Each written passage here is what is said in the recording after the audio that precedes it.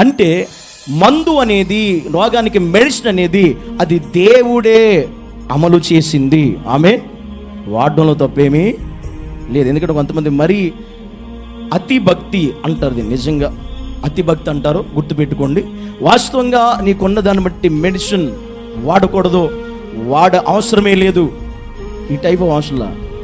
యేసు అలాగనుకుంటే దేవుడు అలా చేయని అవసరంలా. దేవుడు ఒక మాట చెప్తే సరిపోద్దుగా, ఒక మాట పలికితే సరిపోద్దుగా. నోటి మాటతో సృష్టిని కలిగజేసిన వాడికి ఆ పుండు తీసేయడం పెద్ద విషయం కాదుగా. కానీ దేవుడు ఏమన్నాడంటే అంజూర పండ్లు తీసుకెళ్ళి, అది మెడిసిన్, అది మందు, అది ఇలా చేయమని చెప్తే అలా చేస్తే అది పోయింది. అంటే మెడిసిన్ వాడచ్చు, తప్పే లేదు. మెడిసిన్ తీసుకొచ్చింది దేవుడే. నీకున్న రోగం అది ఆ మెడిసిన్ ఎందుకంటే నీకు ఇంకా కొంతకాలం నీకు ఉపశమనం కలగడానికి. ఆమె అదైతే శాశ్వత కాలం కాదు. శాశ్వత కాలం అని దేవుడు ఏం చెప్పట్లా. అది శాశ్వత కాలం నువ్వు బ్రతకాలంటే అది దేవుడే కారణం అవ్వాలి. ఆమె దానికి దేవుడే కాదు. కానీ కొంచెం ఉపశమనం పొందడానికి, కొంచెం నువ్వు ఆరోగ్యం కొంచెం ముందుకు అడుగేయడానికి మెడిసిన్, మందు అనేది మానవుడికి, మనిషికి అవసరం. అది దేవుడే అమలు చేశాడు, అందులో ఎటువంటి సందేహం లేదు.